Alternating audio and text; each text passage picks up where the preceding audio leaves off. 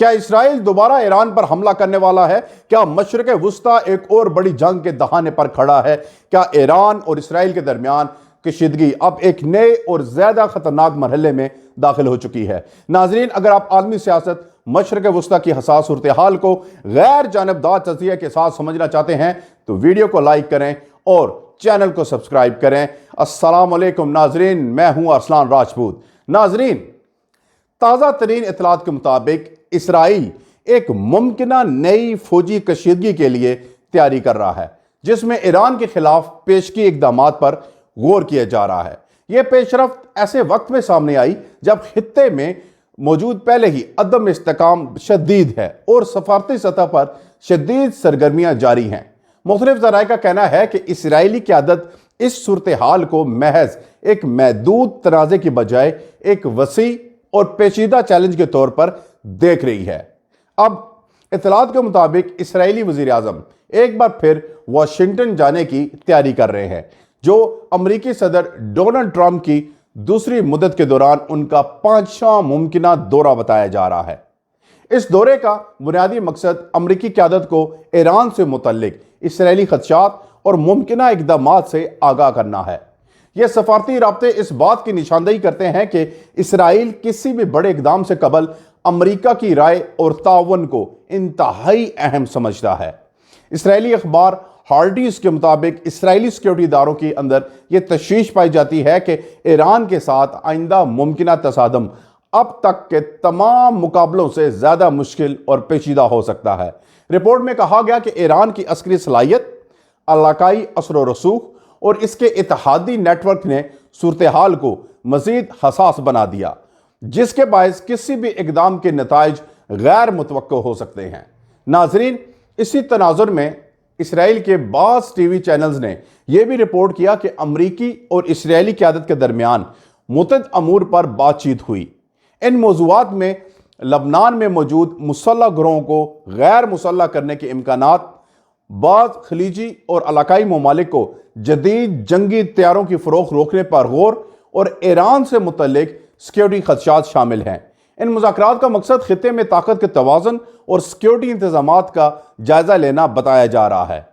Iran के हवाले से बात करते हुए इसराइली हुकाम का मौक़िफ़ है कि वो किसी भी मुमकिना ख़तरे को नज़रअंदाज नहीं कर सकते। उनके मुताबिक पेशगी इक़दामात का तसव्वुर इसी सोच का हिस्सा है कि अगर ख़तरा वाज़ा हो तो उसका बरवक्त जवाब दिया जाए।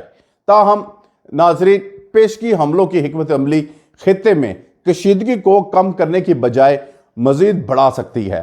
दूसरी जानिब ईरान की जानिब से सरकारी सतह पर बारहा यह मौक़िफ़ सामने आ चुका है कि वो किसी भी जारियत का जवाब देने की सलाहियत रखता है और वो अपनी खुद मुख्तारी के दिफा को अवलीन तरजीह देता है। ईरानी हुकाम का कहना है कि खित्ते में अदम इस्तेकाम की असल वजह मुसलसल दबाव और धमकियों की सियासत है, जिसे ख़त्म किए बगैर अमन मुमकिन नहीं हो सकता।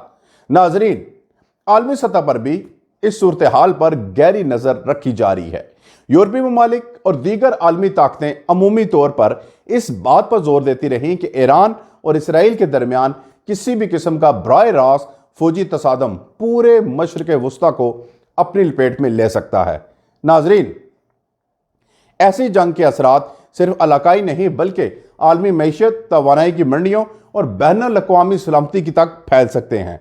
अमरीका का किरदार इस पूरे मामले में इंतहाई कलीदी समझा जा रहा है। वाशिंगटन एक तरफ इसराइल का करीबी इत्तेहादी है तो दूसरी जानिब वो खित्ते में बराह रास्त बड़ी जंग से बचने की कोशिश भी करता रहा। अमरीकी पॉलिसी साजों के मुताबिक उनके लिए यह चैलेंज है कि वो अपने इत्तेहादी के तहफ़्फ़ुज़ और वसी तर इलाकाई इस्तेकाम के दरमियान तवाज़ुन कैसे कायम करें। नाजरीन, इसराइली क़यादत के वाशिंगटन दौरों का मकसद सिर्फ अस्करी हमायत हासिल करना नहीं बल्कि सफारती और सियासी सतह पर भी अपनी पोजीशन मजबूत करना है। ऐसे दौरों के जरिए यह पैगाम देने की कोशिश की जाती है कि इसराइल अपनी सिक्योरिटी खदशात को आलमी सतह पर संजीदगी से मनवाना चाहता है। ताहम नाकदीन का कहना है कि मुसलसल फौजी तैयारियों और मुमकिना हमलों की बातचीत खित्ते में अमन के इम्कानात को कमज़ोर करती है।